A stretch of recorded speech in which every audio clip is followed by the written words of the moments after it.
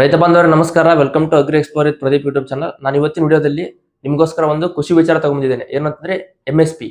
ಈ ವರ್ಷ ಕಳೆದ ವರ್ಷಕ್ಕಿಂತ MSP ಅಲ್ಲಿ ಏರಿಕೆ ಕಂಡಿದ್ದಾವೆ.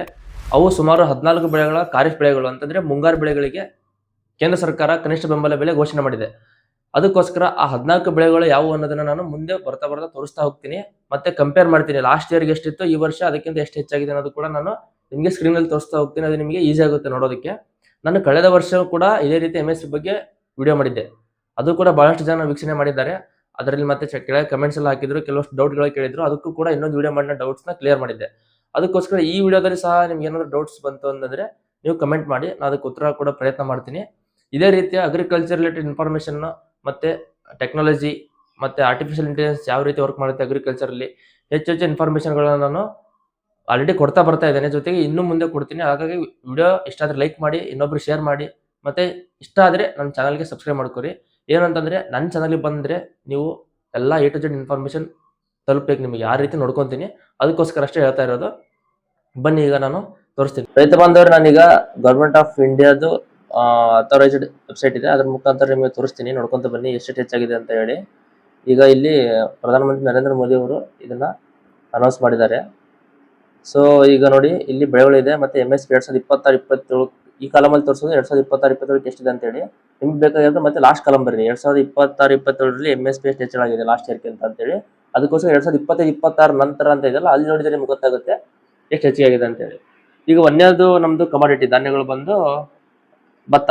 ಇದು ವೆರೈಟಿ ಒಂದೇದು ಸಾಮಾನ್ಯ ಮತ್ತೆ ಗ್ರೇಡ್ A 2 ವೆರೈಟಿಗೆ ಅವರು MSP ಅನೌನ್ಸ್ ಮಾಡಿದ್ದಾರೆ.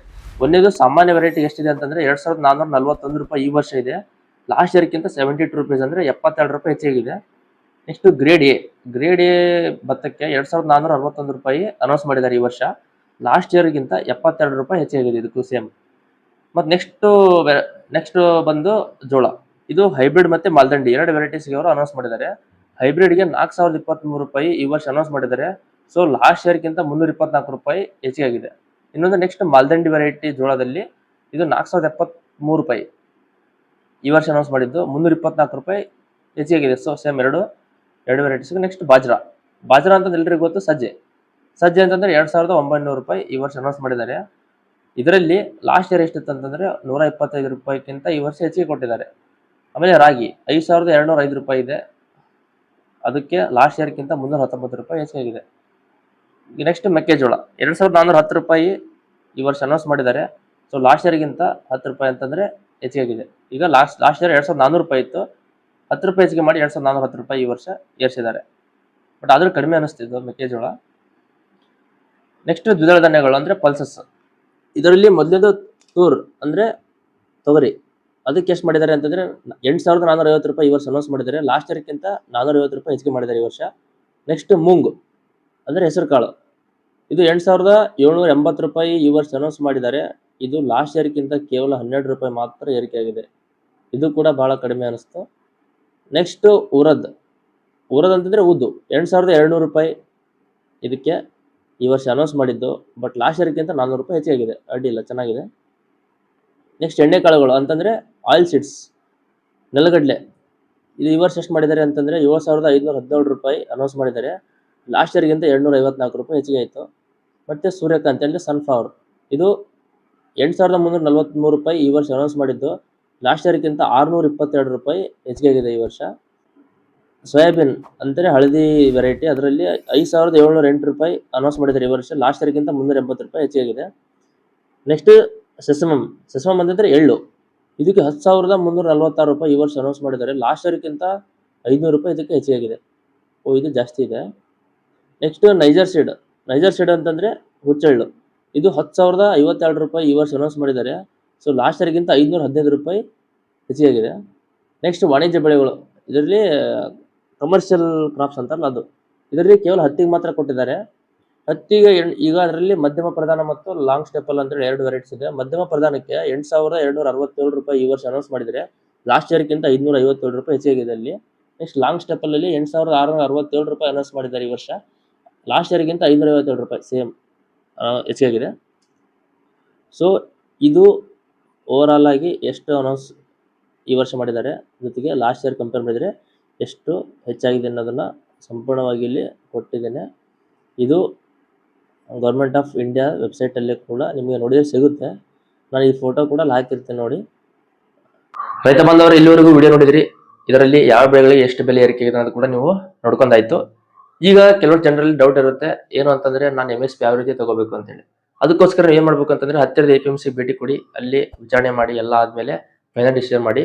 ನಾನು ಇನ್ನೂ ಸಜೆಷನ್ ಏನು ಕೊಡ್ತೀನಿ ರೈತರಿಗೆ ಅಂತಂದ್ರೆ, ಕೆಲವಷ್ಟು ಜನರಿಗೆ ದುಡ್ಡಿನ ಅವಶ್ಯಕತೆ ಭಾಳ ಇರುತ್ತೆ. ಅವ್ರು ಏನ್ ಮಾಡ್ತಾರೆ ಅಂತಂದ್ರೆ ಬೆಳೆದಾದ್ಮೇಲೆ ಬೇಗ ಮಾರಾಟ ಮಾಡ್ಬಿಡ್ತಾರೆ, ಅವಾಗ ದುಡ್ಡು ಬೇಕಾಗಿರುತ್ತೆ ಅನಿವಾರ್ಯತೆ. ಇನ್ನು ಕೆಲವು ಜನರು ರೈತರು ಏನ್ ಮಾಡ್ತಾರೆ ಅಂತಂದ್ರೆ ಸ್ವಲ್ಪ ವೇಟ್ ಮಾಡಿ, ರೇಟ್ ಜಾಸ್ತಿ ಆಗೋ ತನಕ ವೇಟ್ ಮಾಡಿ ಆಮೇಲೆ ಸೇಲ್ ಮಾಡ್ತಾರೆ. ಅದಕ್ಕೋಸ್ಕರ ಇಲ್ಲಿ ಏನ್ ಮಾಡ್ಬೇಕು ಅಂತ, ಯಾರಿಗೆ ಲಾಭ ಜಾಸ್ತಿ ಅಂತಂದ್ರೆ ವೇಟ್ ಮಾಡ್ತಾರಲ್ಲ ಅವ್ರಿಗೆ ಲಾಭ ಜಾಸ್ತಿ ಸಿಗುತ್ತೆ. ಯಾಕೆ ಅಂತಂದ್ರೆ ಇಲ್ಲಿ ಪ್ರೊಡ್ಯೂಸ್ ಜಾಸ್ತಿ ಆದಂಗೆ ಸಪ್ಲೈ ಜಾಸ್ತಿ ಆಗುತ್ತೆ. ಸಪ್ಲೈ ಜಾಸ್ತಿ ಆದ್ಮೇಲೆ ಏನಾಗುತ್ತೆ ಅಂತಂದ್ರೆ ಆಟೋಮೆಟಿಕ್ ಆಗಿ ರೇಟ್ ಡೌನ್ ಆಗುತ್ತೆ.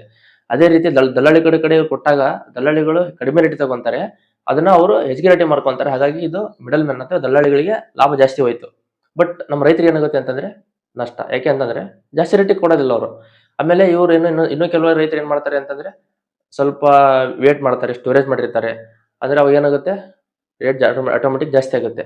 ಅದಕ್ಕೋಸ್ಕರ ರೈತರು ದಲ್ಲಾಳಿ ಮುಖಾಂತರ ಹೋಗೋಕ್ಕಿಂತ ಡೈರೆಕ್ಟ್ APMC ಥ್ರೂ ಹೋದ್ರೆ ಸ್ವಲ್ಪ ರೇಟ್ ಜಾಸ್ತಿ ಸಿಗುತ್ತೆ ಅನ್ನೋ ಮೂಲಕ ಈ ವಿಡಿಯೋ ಮೂಲಕ ಹೇಳ್ಬೋದು.